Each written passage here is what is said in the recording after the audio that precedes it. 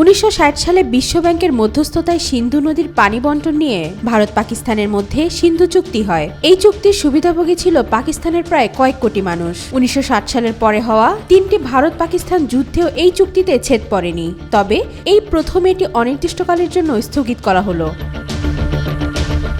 জম্মু কাশ্মীরের পেহেলগামে ভয়াবহ সন্ত্রাসী হামলার পর শুধু সিন্ধু চুক্তি নয়, পাকিস্তানের বিরুদ্ধে আরও 4টি বড় সিদ্ধান্ত নিয়েছে ভারত। সার্ক ভিসা স্কিমে ভারতে থাকা পাকিস্তানি নাগরিকদের ভিসা বাতিল করা হয়েছে।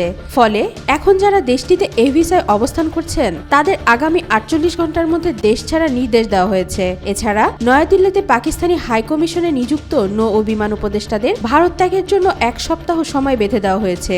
পাশাপাশি আটারি ওয়াঘা সম্মানিত চেকপোস্ট বন্ধ ঘোষণা ও হাইকমিশনের জনবল হ্রাসের মতো গুরুত্বপূর্ণ পদক্ষেপ নিয়েছে ভারত।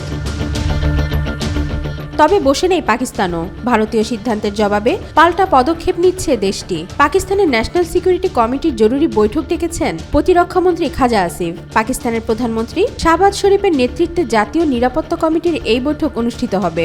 এতে ভারতের নেওয়া পদক্ষেপের বিরুদ্ধে পাল্টা পদক্ষেপ গ্রহণ করবে ইসলামাবাদ। পাকিস্তানের পররাষ্ট্রমন্ত্রী ইশাক দার ভারতের ঘোষণাপত্রগুলোকে অনুপযুক্ত বলে অভিহিত করেছেন। অন্যদিকে এক সাক্ষাৎকারে পাকিস্তানের প্রতিরক্ষামন্ত্রী খাজা আসিফ বলেছেন, ভারত কোনোভাবে সিন্ধু পানি চুক্তি স্থগিত করতে পারে না, কারণ এর সঙ্গে শুধু ভারত ও পাকিস্তান জড়িত নয়, বিশ্ব ব্যাংক সহ অন্যান্য স্টেক হোল্ডাররাও জড়িত।